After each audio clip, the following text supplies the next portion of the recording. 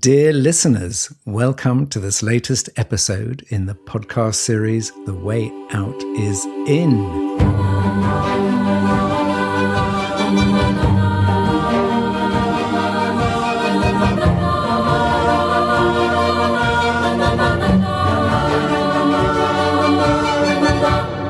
I'm Jo Confino, working at the intersection of personal transformation and systems evolution.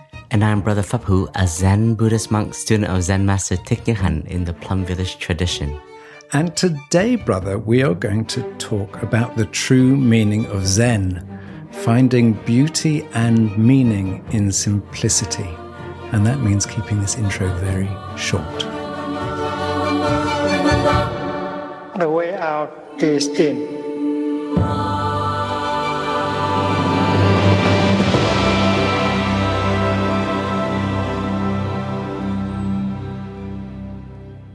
Hello, dear listeners. I am Jo Confino. And I'm Brother Phap Huu. So, brother, this episode is quite personal for me because I was sitting this morning and thinking about the art of simplicity and what I don't know if I'm getting old. I don't know if I'm getting boring, or I don't know if I'm on the path to enlightenment. It could be one of those three. And the reason is because I'm increasingly finding joy and happiness in the simple things in life. And to give you an example, yesterday I was just standing outside the house and I heard the first cranes arriving back from the winter. And we have huge sort of V-shaped formations of cranes that fly over when they leave for the winter and when they come back for the spring.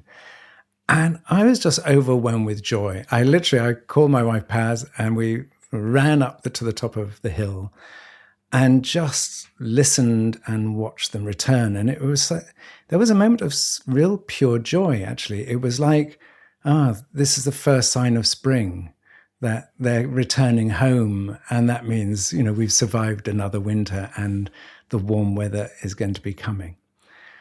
And then this morning I was looking out into the garden and saw a robin flitting around the branches of the bushes outside our house and just really enjoying its movements, just really enjoying just the simple experience of being witness to life happening.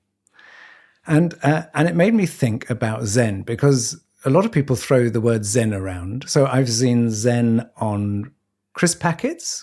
I've seen hair salons called Zen hair salons. I've seen courses called Zen. I look at people calling themselves Zen.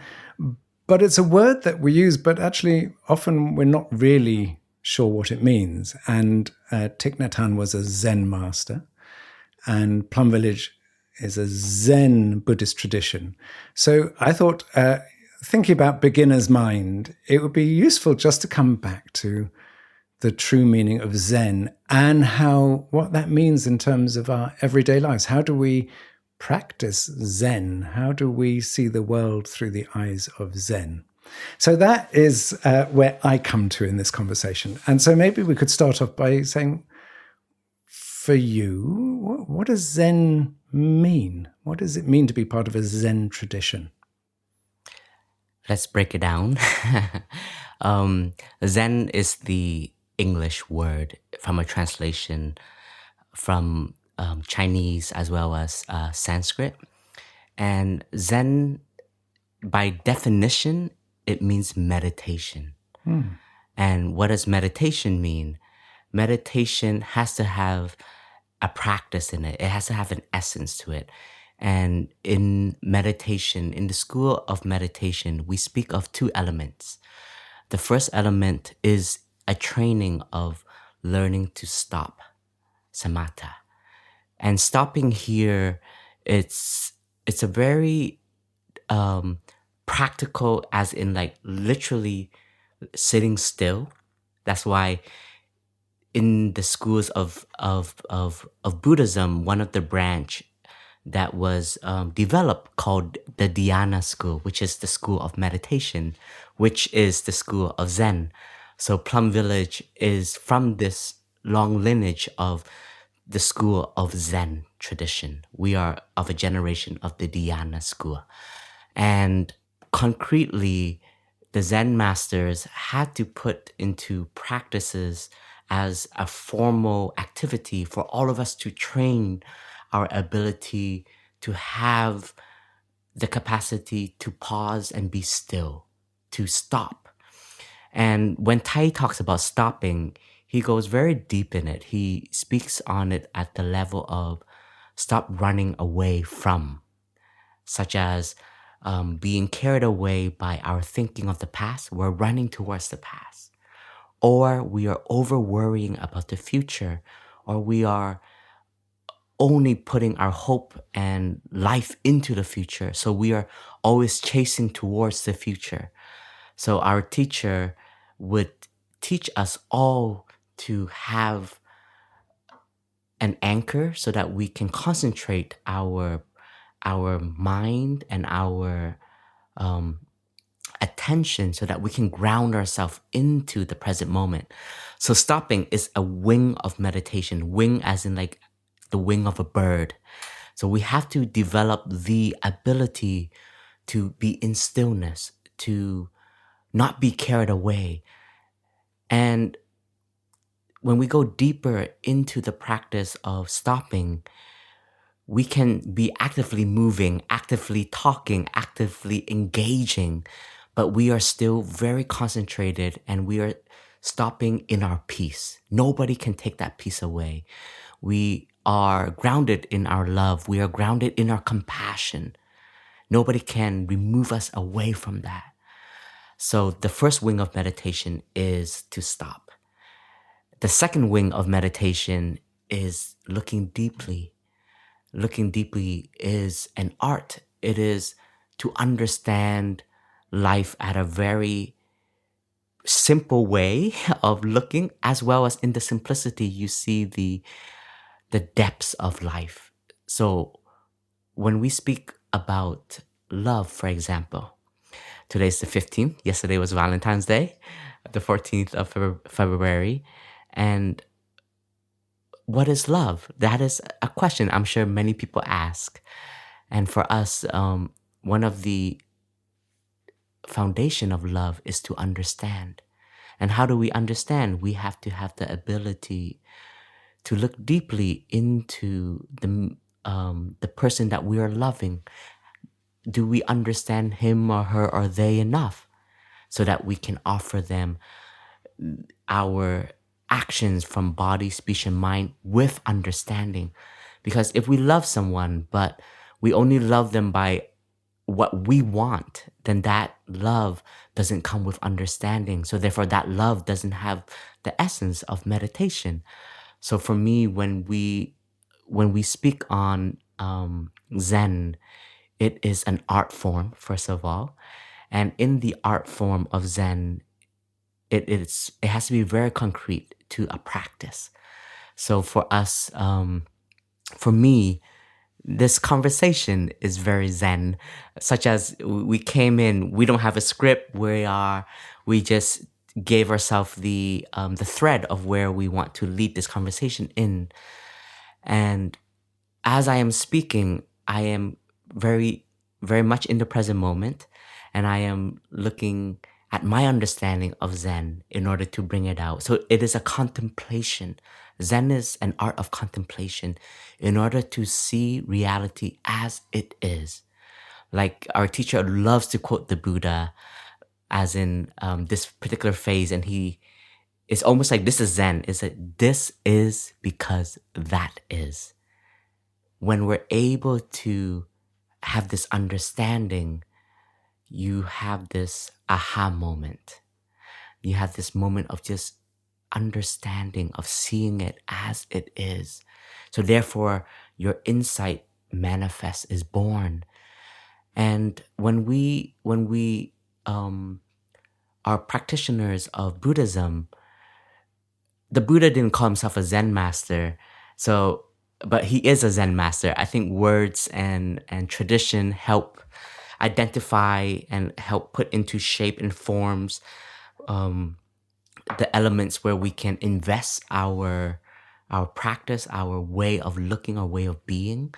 But very concretely, in the Zen school, we have practices of sitting meditation, the art of sitting still, sitting on a cushion, finding a stable posture, being relaxed in the posture, knowing how to sit upright but not rigid. That in its own was my training for like 4 years, like learning to sit upright and how that uprightedness can translate into your daily life. So the first foundation of mindfulness, which is the core of Zen, is learning to be in the body, aware of the body in the body. So how are we sitting? How are we standing? How are we walking? How are we engaging? Like, this is all Zen at its core. So yeah, it's very unique how we when we see a beauty in Zen, and I think that's where people are able and want to translate into their daily life. Therefore, they want a Zen lifestyle, for example. And sometimes I'm like, what does that mean? It doesn't. So some people, that means a very beautiful home with, like the utmost simplicity, where sometimes it's quite extreme. Like even the monastery is not that simple. I'm like, dude, sometimes I go to someone's home and I'm like, wow, your home is more Zen than Plum Village. Like our Zen is like there's spider webs, like you see the interconnectedness of life. I'm not saying that, we don't want to put our attention to care for and keeping our home clean. But Zen can have a flavor, and in the manifestation of the Zen school, teachers and practitioners find way to help develop a form of daily activity to ground ourselves. So therefore, in Japan, archery became a part of Zen school, because in the art of archery, there is a practice of learning to hold the bow, to pull the bow. There's a lot of attention, and the breathing to accompany it, the stance you have to take. And in a lot of Zen schools, there's martial arts are introduced as a training to be aware of the body, as well as to take care of the health and to be active in the body too, because there is a lot of training in the practice of sitting still. And for me, I can translate my meetings and my work as a very deep form of Zen art. How to not be carried away from the different sources of energy that generates through a meeting, whether sometimes I feel annoyed or I feel so understood, I feel so overwhelmingly happy, but still, how do I keep my balance there? So Zen is a source of meditation to engage yourself in daily life. And what we will see that is quite shared in the tradition is there is a whole language to the culture of being in a monastery. For example, Jo, when you enter into the meditation hall, we all just offer a bow of presence to the hall. That's a very Zen practice. So when you come into the meditation hall, you're not particularly bowing to the Buddha, but you're bowing to the condition that this space allows us to touch, which is our stillness, and to nurture our insight of life. So we even bow to our cushion. And I remember Tai talking about, it may sound silly that we're bowing to a cushion, but without a cushion, you can't sit. So it is a manifestation for us to practice the art of Zen. So therefore, there is a gratitude to the material forms of life. So Zen, at its core, has three elements that we have to cultivate and activate. And the first energy, it is mindfulness. It is our awareness within us and our awareness around us. So there are some practitioners and some brothers and sisters, sometimes their mind is so busy, and they may have had jobs and career outside that have overly stimulated them, and the stillness practice is very difficult. So, for example, in service meditation, their practice is to be in the garden, to do something very physical, to sweep the grounds, to clean the dining hall, to clean the toilets even. But it's just something that's very practical that you can put your attention to. So there is a mindfulness of action. And so when we speak on mindfulness, it always has to be mindfulness of something. So when we see ourselves being carried away by particular habits, then we want to see in our daily life, what are the chores, what are the daily activities that we can make to ground ourselves. That's why there are Zen gardens being produced. Or calligraphy is an art. There's a lot of concentration. Bringing us to the second element is the concentration. If we are a practitioner, we can be mindful, and our mindfulness can be very short-lived, meaning it is an instant moment of awareness, but then it is gone. And particularly in our day and age where information is overbearing, there is a lot of stimulation through what we see, what we hear. So we are exposed to so much information in 24 hours. And therefore we lose the capacity to look at each other, for example, or to really just be there for one another without being distracted. So the art of concentration is part of the Buddhist lineage. It's a teaching all the way from the Buddha's time. And it is very much encouraged to be practiced. And we speak in our podcast about the power of presence, right? Like, how can we be present? And in the presence, you have to have a concentration. Our teacher always gives us an example. And Jo, what you gave us an example, like when you see the wonders of life, of like all these birds coming there, you can just look at it and say, yeah, that's very beautiful. And then lose that moment right away, and then go to our thinking what we need to do next.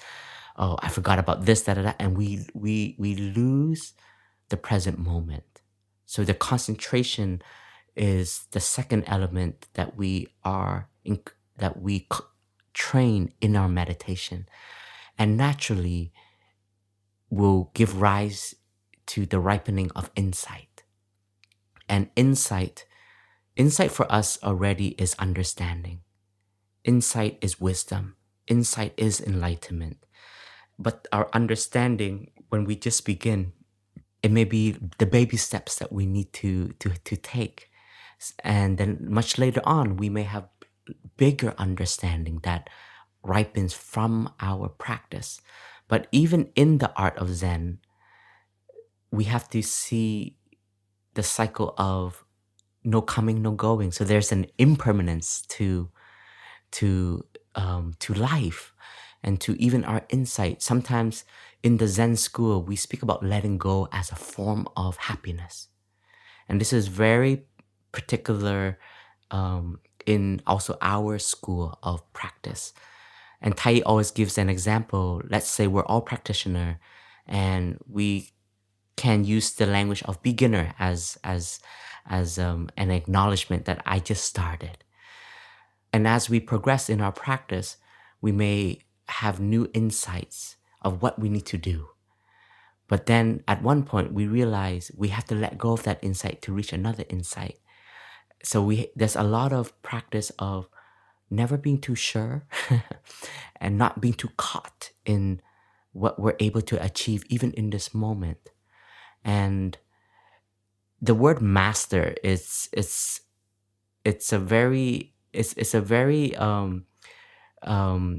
a word that's quite heavy for me. Like when people call someone a Zen master, it's a title. It's a wonderful title, but I think in the art of Zen, the mind of a beginner's mind is the most precious mind. It's not a mind of a master. It is the beginner's mind, because the beginner's mind, it embodies openness, it embodies curiosity, it embodies the wish to understand. But when you're a master, you know it. You think you know it. You're too sure. You're too confident in it. So the essence of Zen, you can call it as simple as the beginner's mind, or we can even call it as simple as the art of stopping, the art of living. And I can confidently say that in the training of the Zen school, we have to embody the three elements, the three energies, and sometimes Thai calls it the holy energies, the energy of mindfulness, the energy of concentration, and the energy of insight.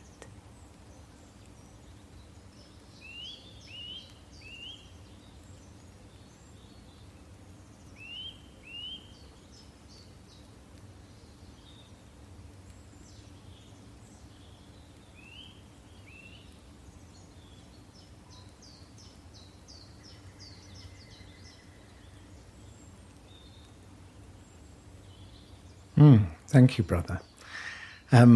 We could probably stop there, but let's keep going. Done. The quickest That's Zen. This podcast. is the Zen episode. It's the shortest episode we've ever done. I want to bring in the element of sacredness, the sacred nature of life, into this conversation. And part of it was that thought was triggered from you talking about bowing to the cushion. So I know that I think last year Plum Village did a collaboration with another organization, and they came here. And one of the exercises they did in the main meditation hall involved some sort of game, which involved throwing the cushions. Oh, yeah. And that was within the meditation hall, which is a sacred space. And every object in the meditation is a sacred object. And you talked about bowing to the cushion. That the cushion, in that sense, is a sacred object. It supports us. It sits in the meditation hall every day very quietly. And then to see the cushions used as a sort of an artifact for a game felt very it was very jarring. So one thing I'm aware of is that when we stop, and as you say, when we stop and focus our minds and have insights, what often we find is actually things are very simple, that life is very simple, and that we enliven even the most basic objects. So most people would not look at a cushion, even their own meditation cushion at home. They might, and then they sit it, but they won't treat it with reverence. So it'd be lovely to hear a little bit about, maybe even about that moment where those cushions were used in that way, but what it is, how Zen allows us to be present for even a simple object, for a single flower, that we don't need to have a field of flowers to see beauty, that sometimes in the midst of a sea of thorns, one flower can be as beautiful. Sacredness is very alive when the practice is alive.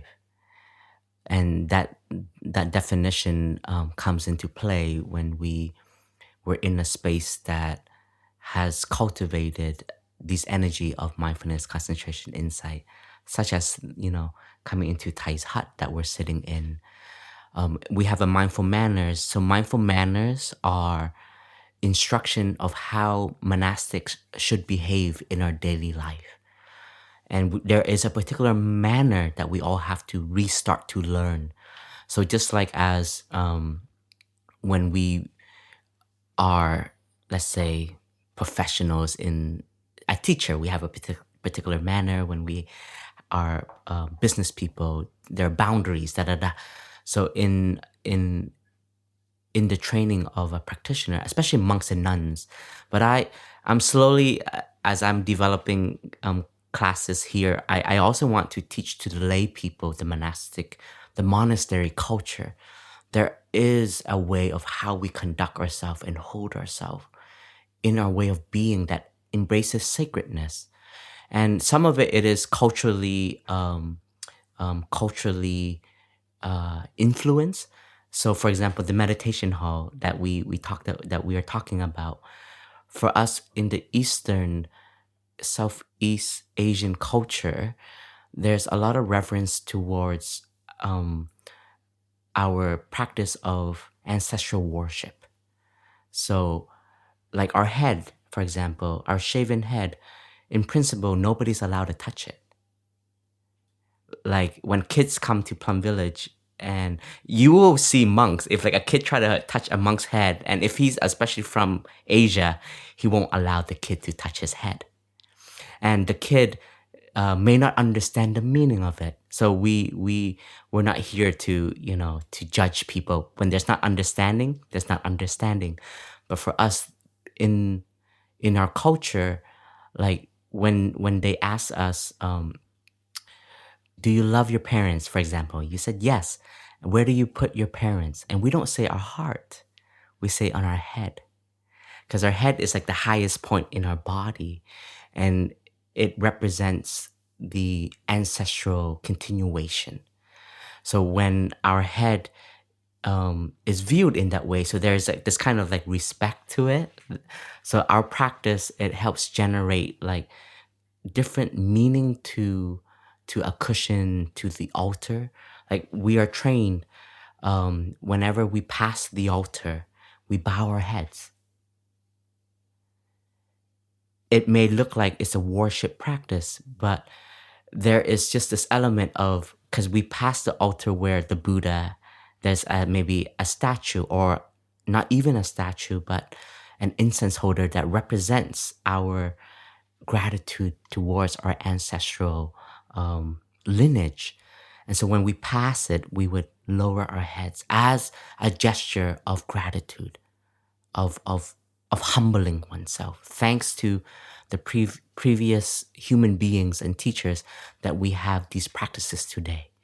And when something is practiced in this way, suddenly there is a reverence, there is a respect, and this respect offers this energy of sacredness. And it comes into reality when there is sacredness, our whole bodily relationship to a space changes. And I always see this when new friends come to Plum Village. For example, that practice of bowing when we enter the meditation hall and bowing when we leave the meditation hall. So Fridays are normally our arrival day, and we always start with a meditation in the evening, or sometimes it is a total relaxation. It's something always in the big hall that we start off with.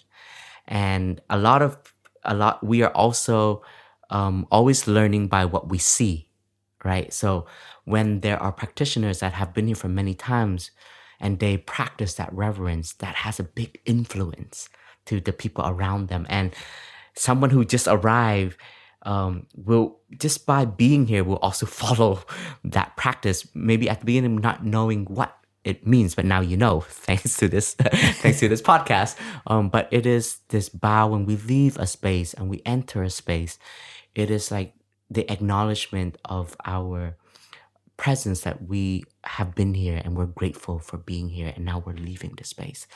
And for the monastic, we also have, whenever we leave the monastery for any Sangha services or home visit, our practice is to inform the three jewels. So we would get in front of an altar and we would like just join our palm and declare, like in our hearts, like we're about to go on a journey to, let's say, to Canada, and we will have a tour for 2 weeks to offer our retreat. And we ask our patriarchs, our ancestors, the three jewels, to be witness to our deepest aspiration and to support and protect our journey. And that becomes a very sacred moment for us as an individual, that knowing that we are about to step out of the monastery, knowing that we're not going to be in our safest environment. And our mindfulness practice has to be leveled up because we're entering into the world of no practice. and therefore that can penetrate into our way of thinking, being, and speaking.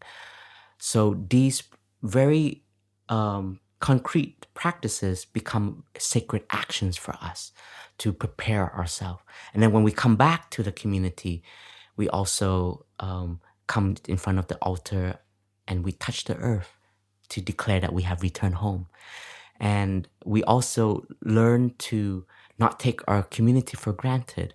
So there is a practice. Every time you come home from somewhere, you have to announce to the community that you are here.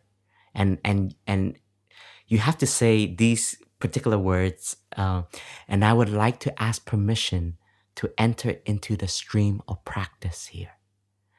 So not to take for granted. Even me as an abbot, when I leave and I come back to the Sangha, I still have to ask permission to re-enter into the Sangha. So this was built in our culture. And for me, this is something that is very sacred practice, to not take for granted of what we have. And so the sacredness is developed through our energy of awareness of a space, how we relate to it. And the meditation hall is very sacred.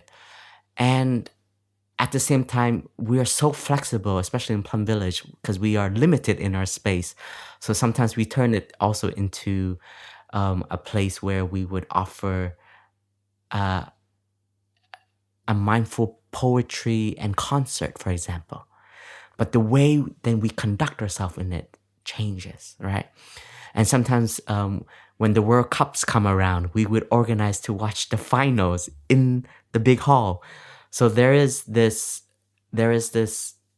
understanding of what the hall is. It is a holder for us. It's a sacred holder, but we're flexible enough to also arrange so that our community activity can still run through the programs that needs to run. So this is where I really like Plum Village. And this is a spirit that I try to hold, the flexibility of a community and the flexibility of what is sacred. And because somebody once asked us, why do, they think when monastics play music is not sacred. Because sometimes they see us rehearse, but then when they see us do it, they're like, oh my God, that was so beautiful. So the idea of sacredness is a very interesting idea to visit and to see what it defines.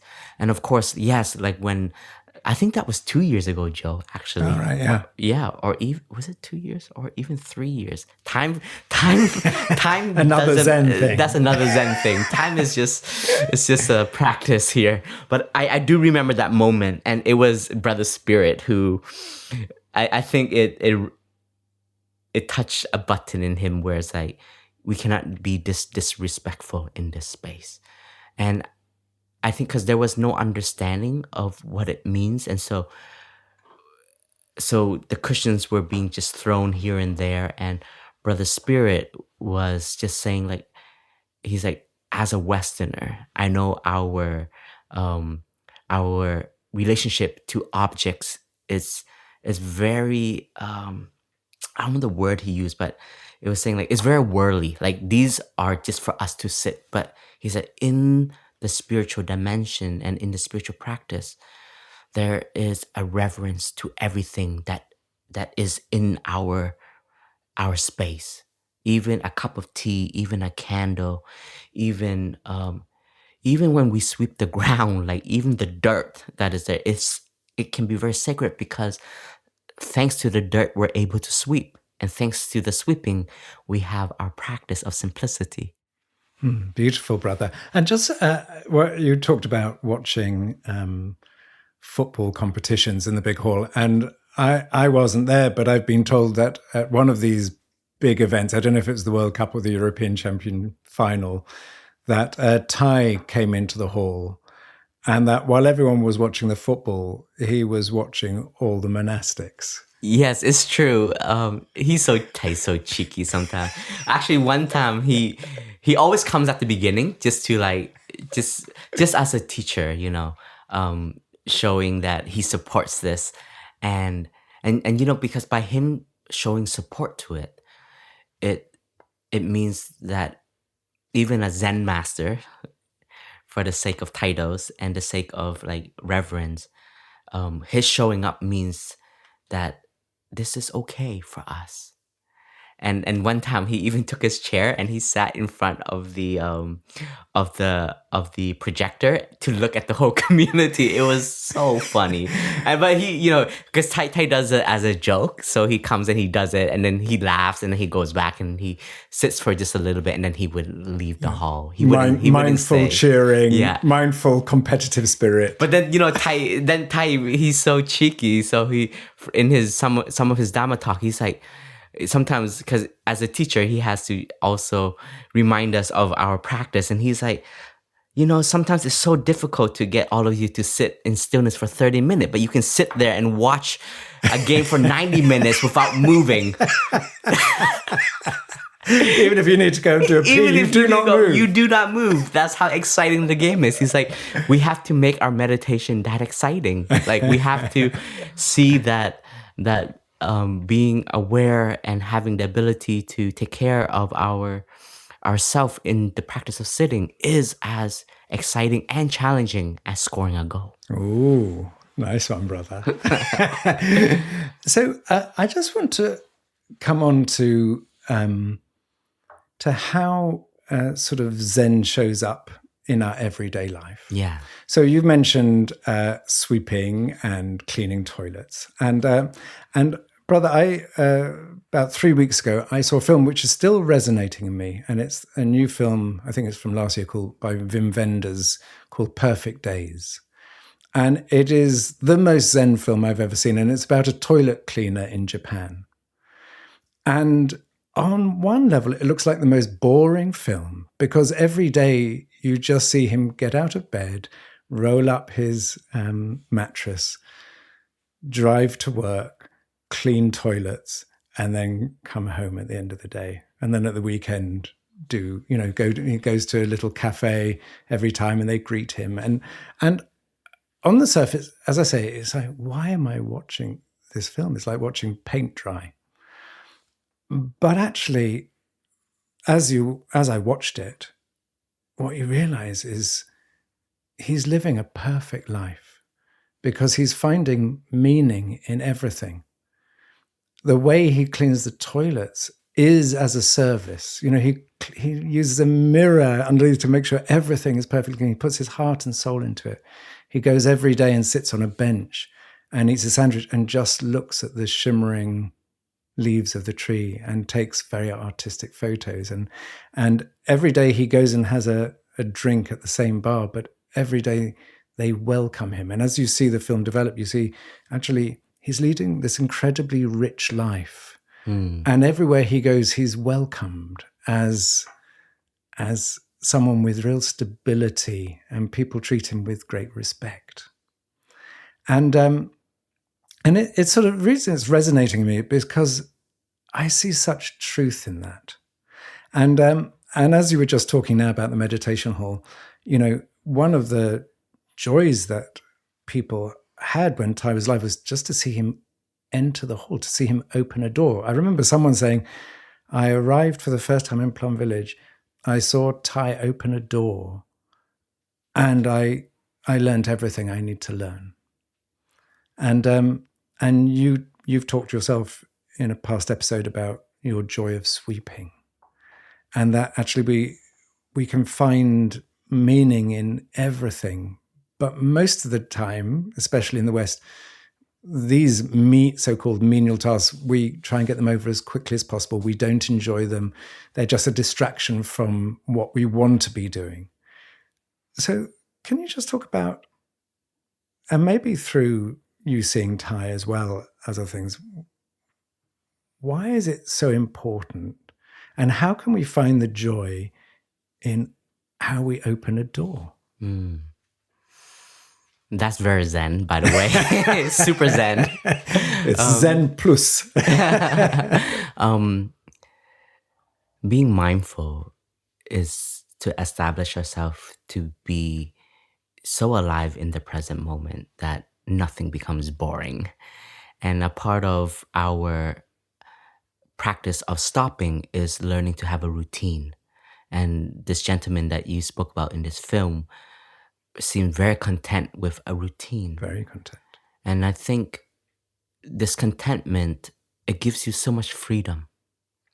And there's a precept in our 10 novice precept. Precept is like one of our rules that we live by and that we practice by.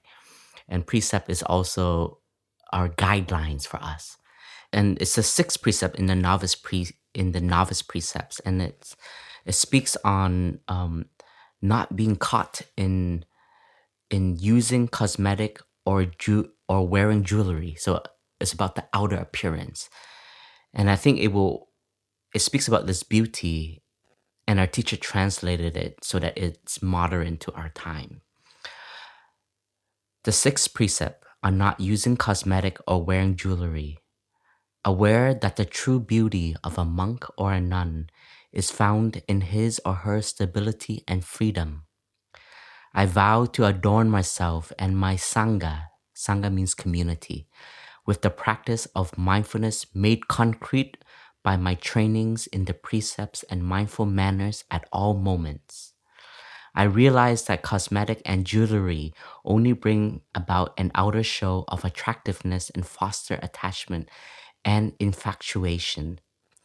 Therefore, I vow to live simply and dress neatly, wearing clean clothes. I resolve not to use perfume, powder, or other cosmetic or jewelry. So this is a training to see and to revisit what is our definition of beauty, what is our definition of life.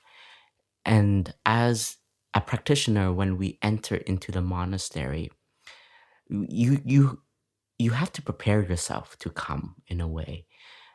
You want to bring yourself to a practice where you are slowly the saying in Vietnamese is like you are letting the dust of the world settle, so you're empty, so that you can just experience the present moment, the teachings, and when we speak about teaching, like what that friend has shared to you, just by seeing a monk open the door is a training in itself. It's a teaching in itself. And when we speak about finding the attractiveness to life, it reminds me of this love letter that Tai wrote to Mother Earth, and his encouragement to everyone is like, we have to refine our love to Mother Earth again. It's like we have to love Earth again in order to live and care for it deeply. So I think the art of Zen and the art of meditation is seeing the mundane thing, like seeing the simple everyday life. It becomes a sacred action. And because our relationship to what we are doing has deep meaning. And that deep meaning, it represents our inner beauty, our inner contentment to this life. So when you have something and you know it is enough, you don't have to chase anymore.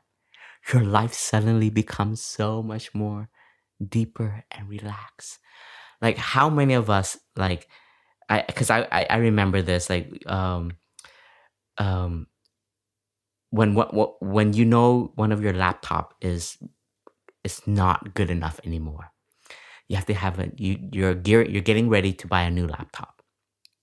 You go down 20 different channels of YouTube of reviews. You go on the internet, you type down, what do I need? And then, you get all of this information, and it's this constant energy of like looking for the one machine that does it all, right? And then suddenly you finally buy this machine and you have it. It's enough.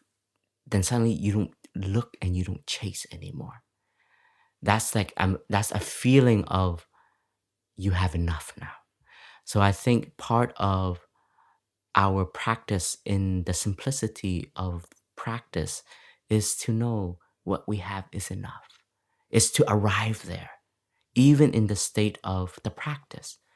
knowing that this moment, who you are, still not able to sit still agitated, that is still enough because there is a practice. And he was so simple. I mean, his hut here is it's just everything in one. It's so compact, and it's so difficult to buy something for Thai. I've seen so many people give Thai gift, and as a monk, our practice is we have to receive all the gifts unless it is totally inappropriate. Um, but the majority of the times we accept all the gifts, and people would buy Thai a new jacket or buy Thai a new sweater. Even the monastics, like, because sometimes we see Thai has an old jacket and we want him to have something new, and he always accepts it with grace, and then he gives it to me and he said, now give it to the Sangha. And I never tell the person though, unless one day they come into the monastery. They would have hung it up on the wall. Yeah, from Thai. They see someone wearing it. But yeah, so it's for the longest time, like Thai only had 2 long robes, and we traveled everywhere with 2 long robes. And for him, that was enough. You have enough. So in the maturity of the spirit of living deeply this moment, when you have enough, you stop running and chasing after something. You have such freedom. But that doesn't mean you have to enforce others. So we have to be very skillful here. So Thai was a very simple monk, but he's a very caring teacher. So when those of us who don't have enough, he was like, one time he's like, "Siko Changkang," which was like his personal assistant, like, go buy the community jackets, for example. So there's a middle way to everything. And even to the practice of having a routine. Routines are so important and are so practical, and the schedule, it becomes our teacher because it helps realign our energies. But we also have to have the flexibility to not be so caught in form. Form is important. Form can support us, but form shouldn't entrap us. Beautiful, brother. And for those many listeners who haven't been to Plum Village, and particularly haven't been in Plum Village in the Lunar New Year, which recently happened, the monks and nuns for one day each open their rooms for visitors. And I remember the first time we arrived and were living in Plum Village, and we came to visit your rooms, brother, and the rooms of your monastic brothers and sisters. And there's nothing there.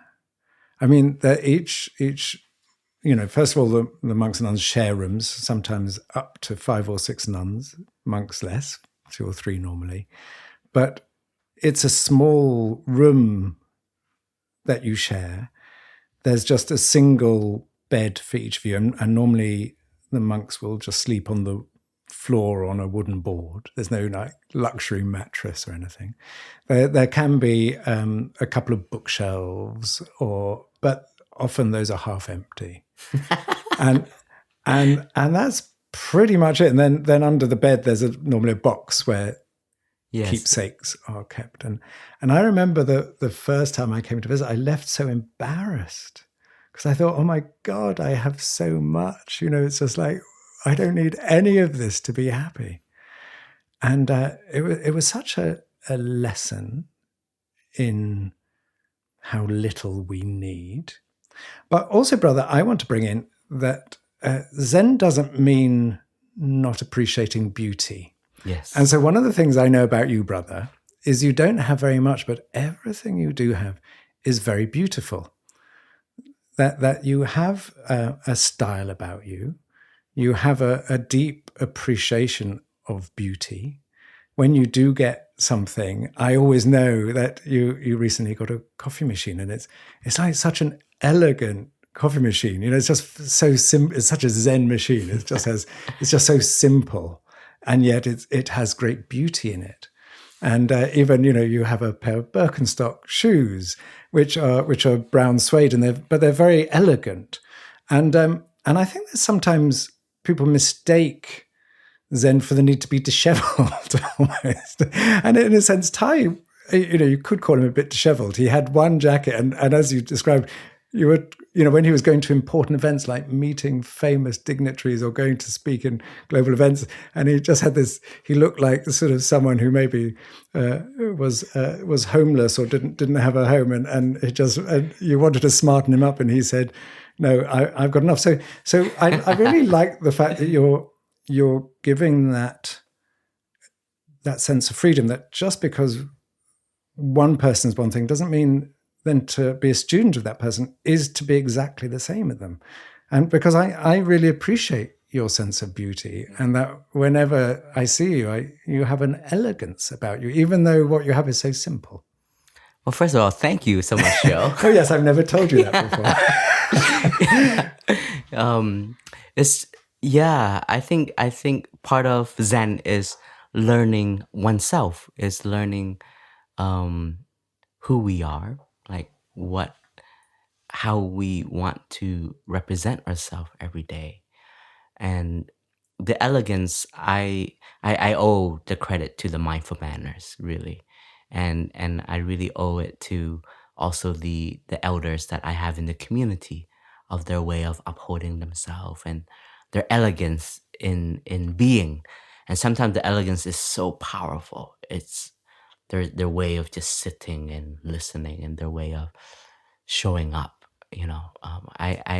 And what I like about this community is like we have a range of brothers and sisters, and we all carry our society with us, our heritage with us, and we all also carry our lineage from our parents, like how they show up for themselves.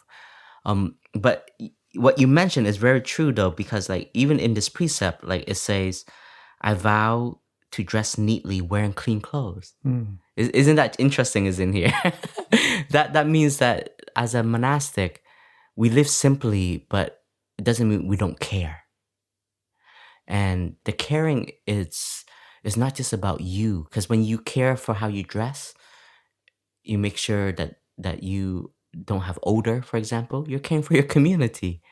When you are taking care of how you show up, you want to take care of your health. You want to take care of your eating, your sleeping, your well-being. So that has an impact to the whole community. And our teacher also said that each and every one of us, whether we like it or not, we are representing the three jewels. That represents the Buddha, the Dhamma, and the Sangha, which is a tradition or a religion. So it is more than you. So when somebody bows to you, they're not bowing to you as an individual. Tai said this like very strongly. He said they're bowing to what you represent. So so the way you're conducting yourself, you want to remind yourself that what you're representing. And that is why we have different clothing as monastic. We have a robe. In our tradition is the color brown, because that was from the time of the peasants and the farmers of Vietnam. Brown was the color that represent like the working class in a way, and it represents simplicity. So the monastic took on the color brown. So for us to have a robe, it is to remind us of the precepts that we have made vows to practice. Why do we shave our head? It's the motion of cutting through our affliction, transforming our suffering to be of service to the world. And it's a very clean sign, like, I am a monastic, like, leave me alone. And don't touch my head. Don't intoxicate me, It's like, don't bring worldly things to me that is not appropriate. Like, it's just very clear signs. And Tai, when the kids ask Tai this in the summers, Tai would also say, and like, don't ask me to be your boyfriend or girlfriend, because sometimes monastic are like exotic fruits. it's like when just out of reach. Yeah, it's like when something you cannot reach, you you fall in love with it. And I think I know like there are people who have shared like, wow, the way that monastic is so beautiful. I'm like in love with that beauty. And the beauty that they're in love with is the simplicity. It's their presence, it's their way that they can listen, their way of showing up is so gentle, and as monastic, we do have very concrete practices to take care of our boundaries and to protect our deepest aspiration because we're very human and attraction and sexual desire is still very real. And we have to be mindful of our energies, our approach, our physical contact, our attention to the details, the most smallest detail. And that's why in our mindful manners, like how we present ourselves is an art in itself. And Tai is very, he pays a lot of attention to this. I remember like one of the attendants who came to be his attendant forgot to shave his face. Tai said, go back and shave and then you can be my attendant. But it's because like you're gonna be like Ty's he's a teacher to so many. So if you're gonna be with me, you have to show up correctly, And it can be sometimes it can be quite strong, but I think sometimes, especially for the brothers, I think the sisters are much neater than us. The brothers, like sometimes they just let go and they just let their hair grow. Like we have a rule, like in 2 weeks you have to shave your head. But on tours, in retreats, for example, like every few days, like we shave our head just to show up neatly and be presentable.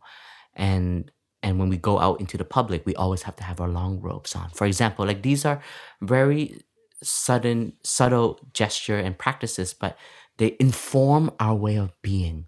So I think if we are to dress, and I would love to work with fashion designer to create Zen Plum Village wear, because I do believe that how we adorn ourselves can represent our inner space, And Tai also encourage us. Your room represents your mind. How do you take care of your bed? How do you take care of your desk? How do you tidy up? Like sometimes like I think it's part of my nature to be like a mad scientist. Like sometimes my desk is just like covered with like so many things, and honestly, Ty's desk too. I think because I was his attendant, so I can say this. It's like notes everywhere. There's notes everywhere, and we can just make things tidy. But then from time to time, when you clean your desk, and then your desk is just empty, I just feel so good. And then I know the impermanence is gonna get messy again, and then you just practice with it, and then create a discipline. Like these are very concrete habits that we can train ourselves in. Like I have a knack. Like I love folding clothes. Like when it's like nice and my OCD kicks in, is like clean, Perfect lines. Like I love doing that. And that becomes, instead of looking at it as something that maybe not wholesome, I change that into a practice. Like every time I fold, like I'm just really present for it. The clothes I get to wear, the monastic robe. So thank you for addressing that, and thank you for like bringing that up. But I do see how form can play a role in our way of showing up. Yeah. Yeah.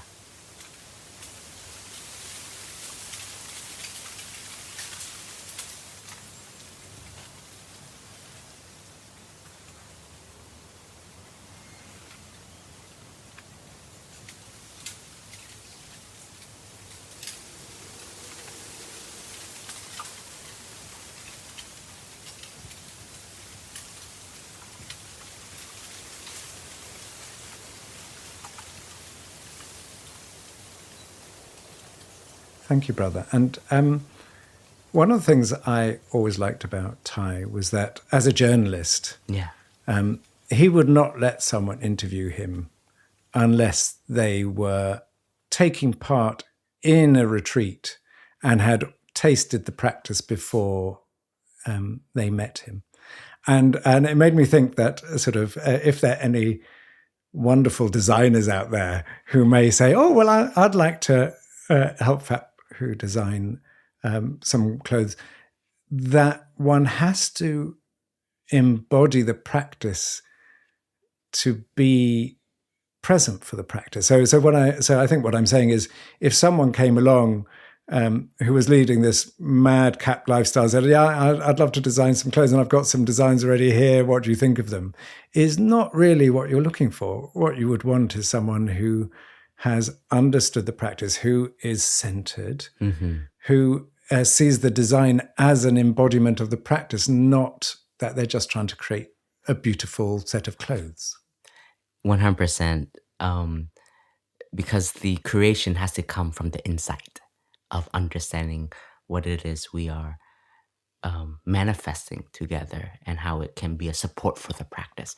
Tai did write in 2014 a letter to the community and to the wider community in his envisioning of the Plum Village tradition taking root in the West. He said Tai believes that one day all of our monastic uniform will change here because it will take root into a new generation.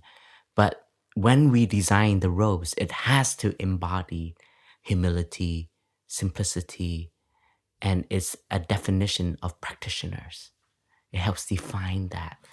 For the monastic and then for the lay, I also think that there can be something that helps us also touch that freedom of being alive. You know, like the suit gives you a particular energy, the jeans give you a particular energy. When you go to the gym, you have a gym set, right? When you go to work, you have a work set. When you're at home, you're in your comfy pajamas. So I think like to create something, so it's so that it bridges the world and the spiritual practice together. Like and Plum Village is very open. Like, you know, I don't want suddenly like everybody to having the same dress because that's really scary. You know, that's very cult energy, but that's not what we're aiming for. But I just envision, like, because Tai said like every home should have a breathing corner as a Zen space in your own home. So when you're angry or when you know that you need to cultivate your inner peace, you come to that space. And so many friends have set it up. They have bought a cushion when they come to Plum Village. They bring it home. They set that corner, or sometimes it's a room even, and that becomes a space that you create in your own home, a sacred space. So I think the body, when we look at the body is very sacred. And how do we adorn and how do we present ourselves can be very sacred also. Thank you, brother. I just want to bring in, you talked about the couplet of simplicity and humility. So I just want to talk a bit about humility, because one of the things I've noticed is that actually something you and I share, brother. So if I'm invited to go to a conference or I'm running a workshop somewhere and I turn up and it's not prepared, I don't say, oh, it's not prepared, who's doing this? But I will always join in. There's something for me about not having a sense of superiority. I'm too important to do something. And I always remember when I worked at The Guardian, there was this horrible sense of superiority between, let's say, the journalists who looked down on everyone else. So if the people who looked after the building were considered inferior to the journalists because the journalists did that. And I would say, no, that is not true, because if your toilets are all blocked up and your electricity isn't working and the computers are down, you have nothing to offer. So in other words, the people who were considered to have inferior jobs, their job was actually just as important. And I've noticed this too about you, brother, that you are the abbot. You could you have an abbot card you can pull if you want to. But when there's work to be done, let's say in the meditation hall, doing all the cushions, you are there helping. That you've talked in the past about that outside your office is the sort of recycling and the bins, and that if you see something's doing, you'll do it. You don't just walk past it and expect someone else to do it. So for me, Zen is also about the humility of always helping out and not seeing one job as being superior to another job. And I'd love you to talk a little bit about that, and in general, but also you personally, that you know, that, and coming back to this film, that, and I'm not very good at this, I have to admit, but you know, when I do the washing up, it's normally to get rid of it, get it over with, as opposed to really investing my time. You know, that's still such a learning for me. So I'd love that sense of, you know, your take and the Plum Village practice of humility. I think humility for me is one of the most beautiful quality of a human being. Because humility is, in some way, it transcends all the three complexes, whether you feel inferior or you are superior or you are equal. Because humility is just this, it's this space of wanting to be there. And it's like this openness energy, like you can be of service anywhere. And humility has to also come with responsibility. So for me, at the beginning, like on a personal level, like it was very easy for me to practice humility because I came in when I was 13 years old. So definitely I didn't know anything. And so I was trained to be a listener, a follower, and to have my own awareness, to be mindful of, you know, learning from the good habits and not the bad habits of also my brothers and sisters, right? And when you are humble, then your ability to learn is incredible. And I always remind, you know, the practitioners that come to Plum Village, like brothers or sisters or laymen and laywomen or lay person, is like, don't just learn through the classes and the Dhamma talks or the workshops here. You will learn much more by paying attention. And that's how I learned. Like in the early days of Plum Village, we didn't have classes. If you had a class, it was like, oh my God, we got a class today, you know, because the Sangha was still so young at that time. And the elders that we had weren't so many. But as we've all aged, so we've gained experience and we try to articulate the teachings into different pots so that we can teach. And we help our teacher. Tai wanted us to help him in training also. And humility is when you know how to be a younger sibling. And you can only be an elder sibling when you know how to be a younger sibling. Like you can only learn to be a leader if you know how to be a follower. Or else you're leading with your crazy ideas, with being out of touch of reality. And then you don't have compassion. You don't have empathy. So humility practice for me is the part of the beginner's mind layer. And when I am now in the community where I am at, I'm always humble because of the life I get to live. And today, in one of the classes, I was teaching to the bhikshus to be. There are groups of monks who are about to be fully ordained in a few months. So once a week, we dig into the precepts of the bhikshus. And there was a precept today. It sounds very simple, but it's like I'm paraphrasing. It's like our practice is to never take for granted our parents, our teacher, our community, and the benefactors, like the people who offer donation to the community. Not to think that we are above them, that because we're monastic, so therefore we get all of this. And I shared to them, you know, it sounds very simple, but it's very easy to take for granted what we have. It's very easy to think that we can outdo each other. And like, I've had okay, like this is spilling some tea in the podcast.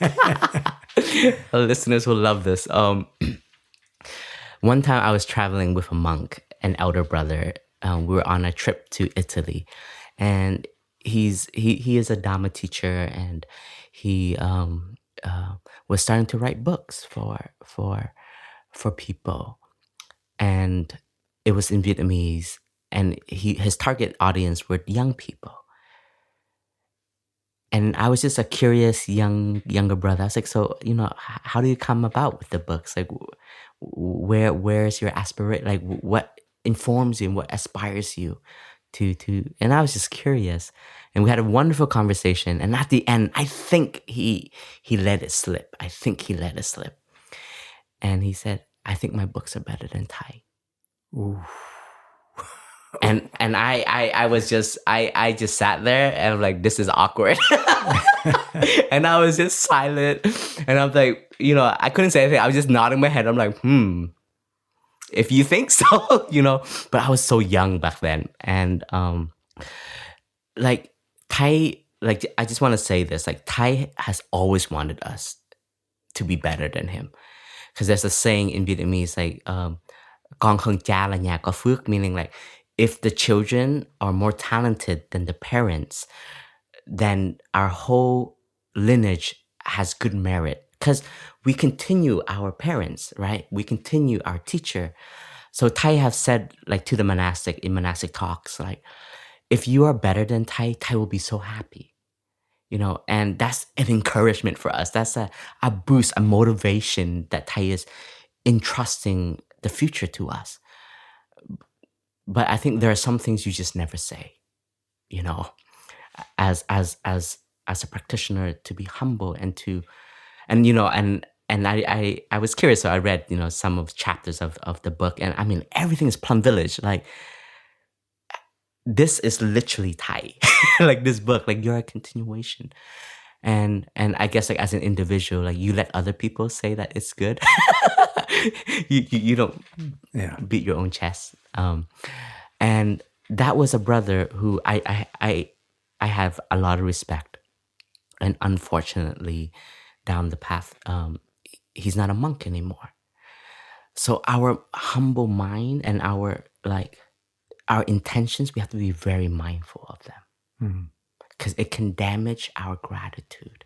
And I share this to the young bhikshu, the novices who are going to become bhikshu, because sometimes, like, don't take lightly the words you announce. They come with particular energies that will come into play.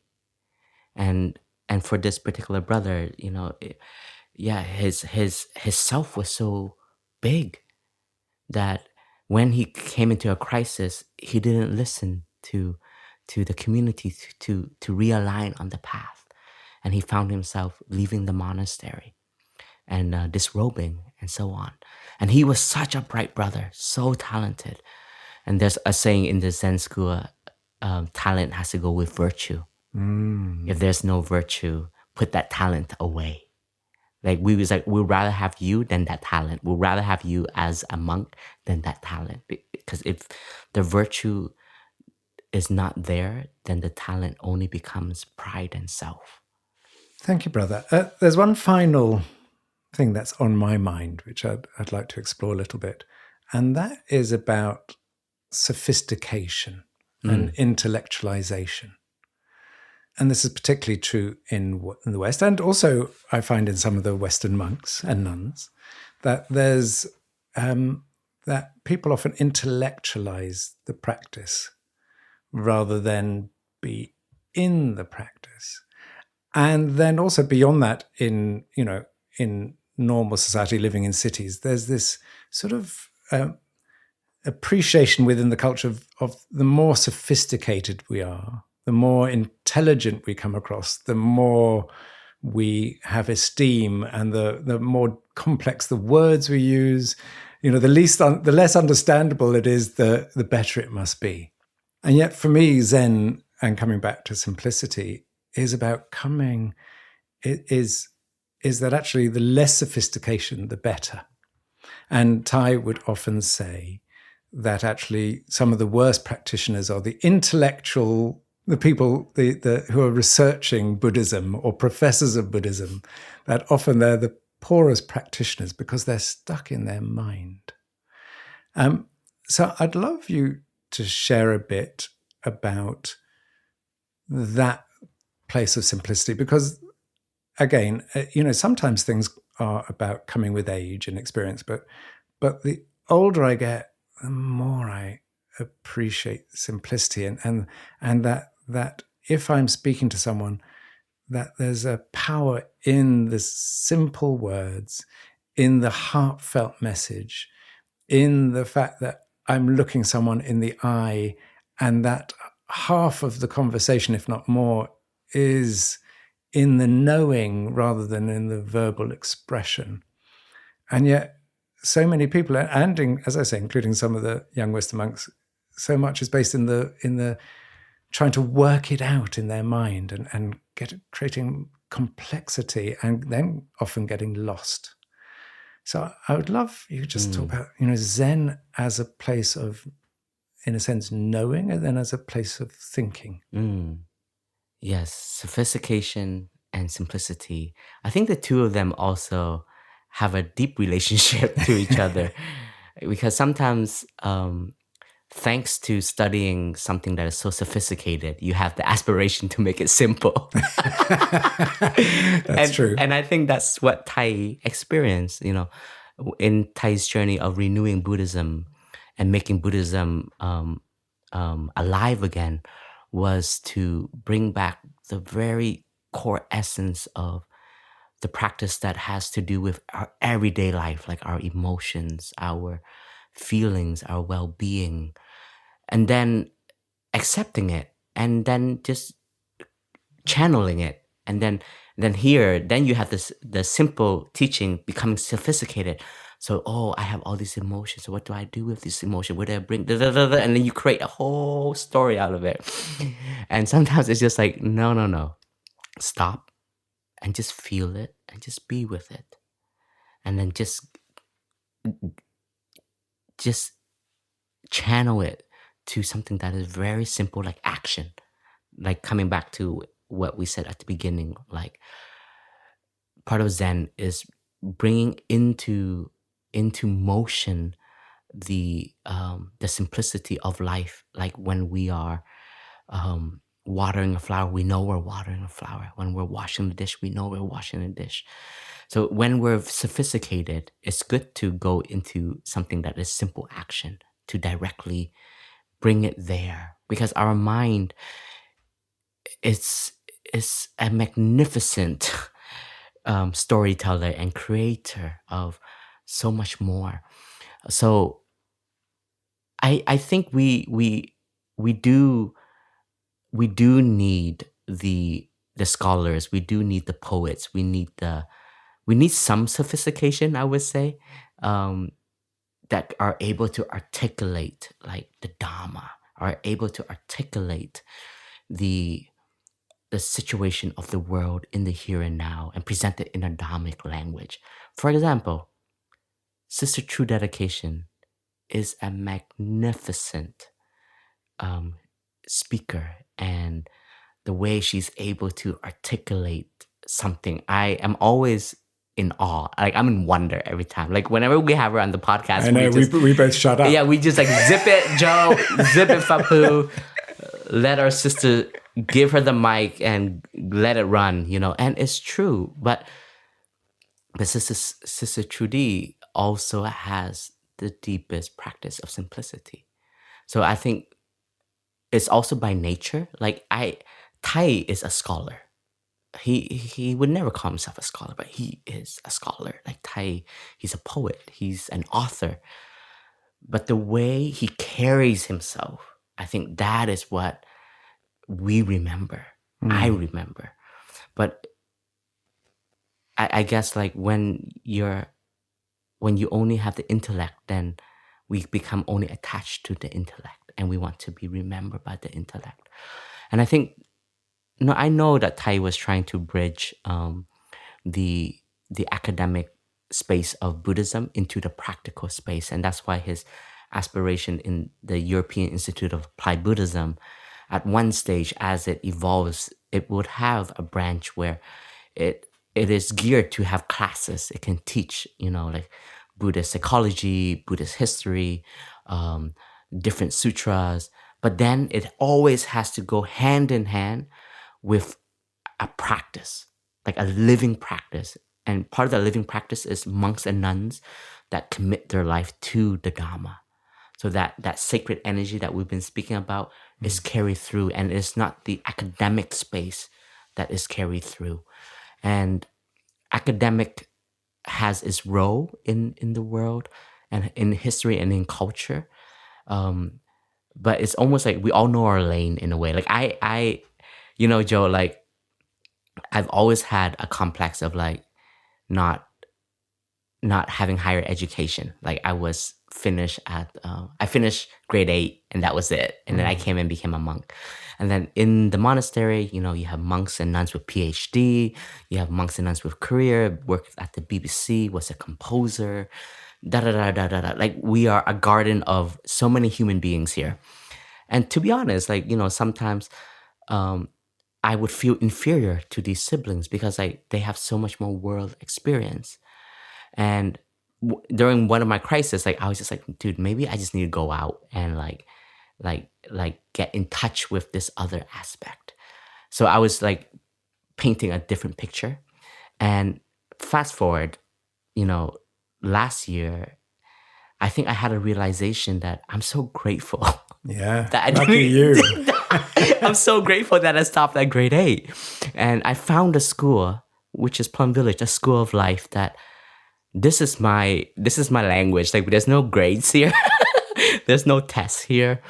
But there's always learning. And for me, I've tried to be sophisticated, honestly. Like I've shared this to like some of my closest siblings, like, how Tai and some of my brothers and sisters, whenever they give teachings, they always use the whiteboard. Yeah. I barely use the whiteboard. I always have it there. And in my mind, I'm like, yeah, I'm going to write something to sound smart. But that's not me. And I'm just like, no, who I am is like, I'll just share from experience and I can thread in the Dharma. And that is my greatest strength. And knowing oneself has been a part of the sophistication, but then becomes the simplicity. So I think in the two, they hold something that is so beautiful, but what is most beautiful is the simplicity. And I think of designs, right? Like coming back to fashion, when you want something that is so tailor-made and so clean and neat, it's sophisticated because you have to measure, you have to take care of every angle, you have to make sure that it is all done so beautifully that when someone wears it, it looks so simple and so beautiful. The same thing with architects. I've been working so much with architects, so I'm a little well versed in this particular world. But also like in language, you have to read, learn, study, and I like the sophisticated stuff, even though sometimes I don't understand it, honestly. But they're watering something. And maybe just a curiosity, but then not to be lost in it, I think is the greatest art.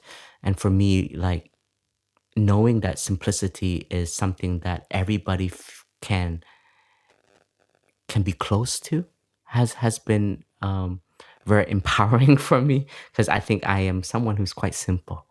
But I am in wonders and I am in awe of people who can be in the sophistication, adapt to the sophistication, as well as make it so simple.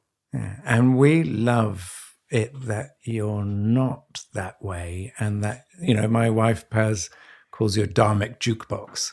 She said you could just pop a coin and press any button and you know it because you've learned it by soaking it up and refining it. And it's a bit like, looking for gold, where you have the sieve and you have to sift through a lot of mud to find the nuggets. And I feel you've been spending your life sifting through a lot of mud, but finding those nuggets. And when you find them, they're your nuggets. Whereas I think the problem with the intellect is that people can learn about a nugget, but that's not the same as knowing it.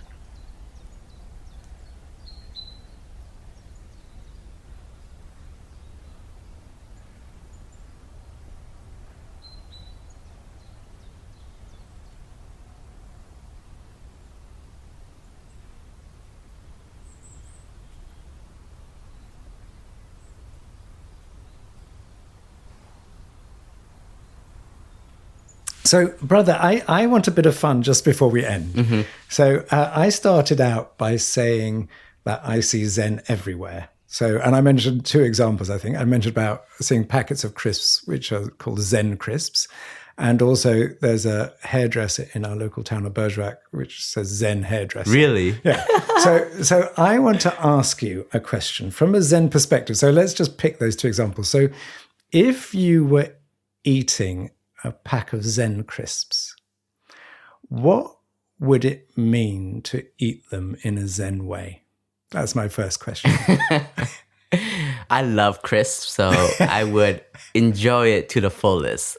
Okay, that'll do. So, and the other one which made me laugh even though I was thinking about it was if you were a Zen hairdresser, which I'd love a Zen monk to be a hairdresser. Just look, to look at my hair, you can trust me. But if you were a Zen hairdresser, what would it mean? What's the difference between just any old hairdresser and a Zen hairdresser? What would it mean? If you were cutting someone's hair, what would it mean to cut someone's hair with Zen? Well, I've had the privilege of shaving my teacher's head many times. And you are a Zen hairdresser. so Tai would call me his barber. And so this is something I've not heard before. I even have a video of it. One time we recorded, Tai told one of the sisters, attendant sisters with me, we're in Singapore to record this conversation I had with Tai when I'm shaving his head. Wow. And I think a Zen barber is somebody who is a community bridge. Like they can offer the care and the tenderness of a mother, of a father, of an elder brother, showing affection, showing care to the head, the hair that is being attended to. I think when I was a kid, like one of the greatest feeling was having a fresh haircut and leaving the barber, like showing off to your friend your newest hair. It's almost, it's your identity in a way. So a caretaker, like a barber, is a lover, someone who is loving their career as well as offering this tenderness to someone. And when I was shaving Tai's head, like we would just enter into conversations, and it becomes very informal. So the informal moments can bring out, the very human side of a teacher and a student. And at the end of it, we always look.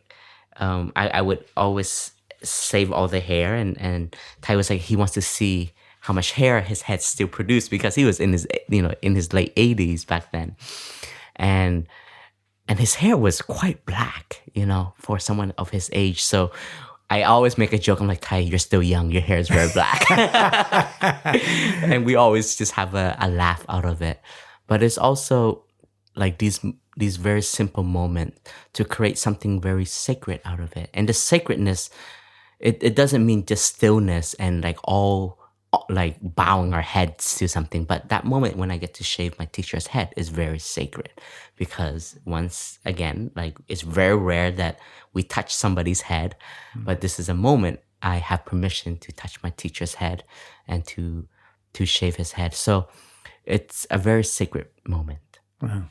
Beautiful. I'm glad I asked. I wasn't expecting that. So brother, we have traditionally ended episodes with a short guided meditation, and the last 2 or 3 we haven't, which is wonderful because now we can come back to it feeling freshness. So if you have the capacity, it'd be lovely to just finish today with a short meditation that brings us back to simplicity, humility, and to Zen. So dear friends, Wherever you find yourself, sitting on a chair, on a train, on the bus, on an airplane, or in your living room, or if you're going for a jog, going for a run, going for a walk, or even cleaning your house, if you just allow yourself this very short, brief moment to touch stillness, you can find a comfortable position to sit still, or even to lay down, or just to stand still and start to feel the earth underneath our feet, underneath our buttocks, feeling our body connected to the earth, just to establish our posture. And let us become aware of our in-breath and out-breath. As we breathe in, we know this is an in-breath. As we breathe out, we know this is an out-breath. In-breath, out-breath.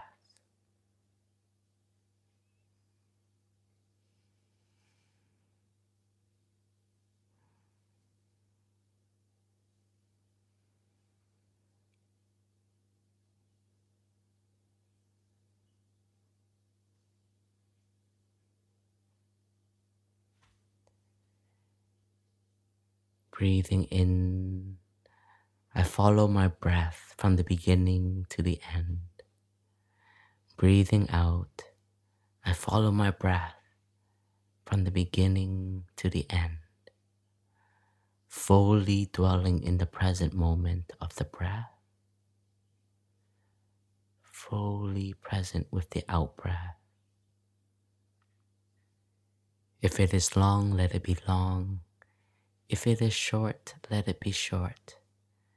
We don't have to force our breath. The breathing is happening already.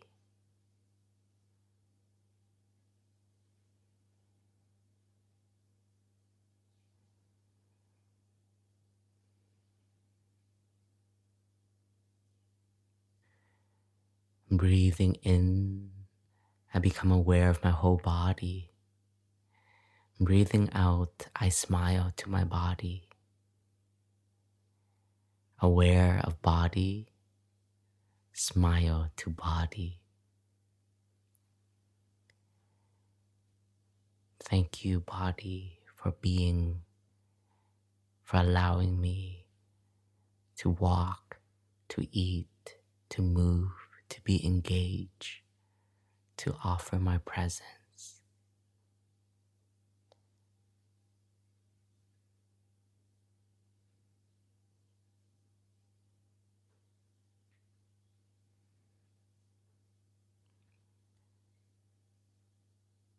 Breathing in, aware of body.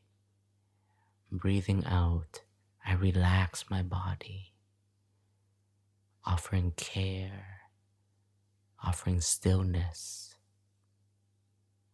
I don't have to keep running. This moment is a moment I can be proud of. I am here for my body. I am here for myself.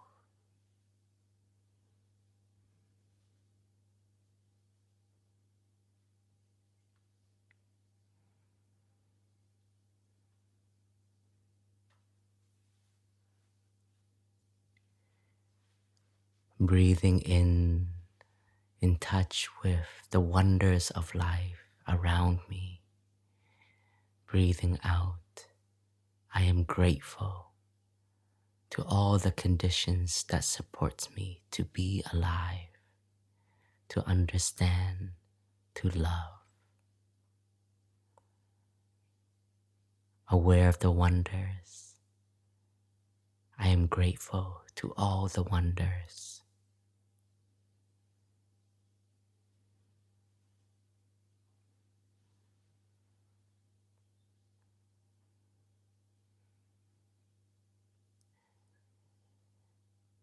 Breathing in, I enjoy the simplicity of breathing in. Breathing out, I enjoy the simplicity of breathing out. In, out.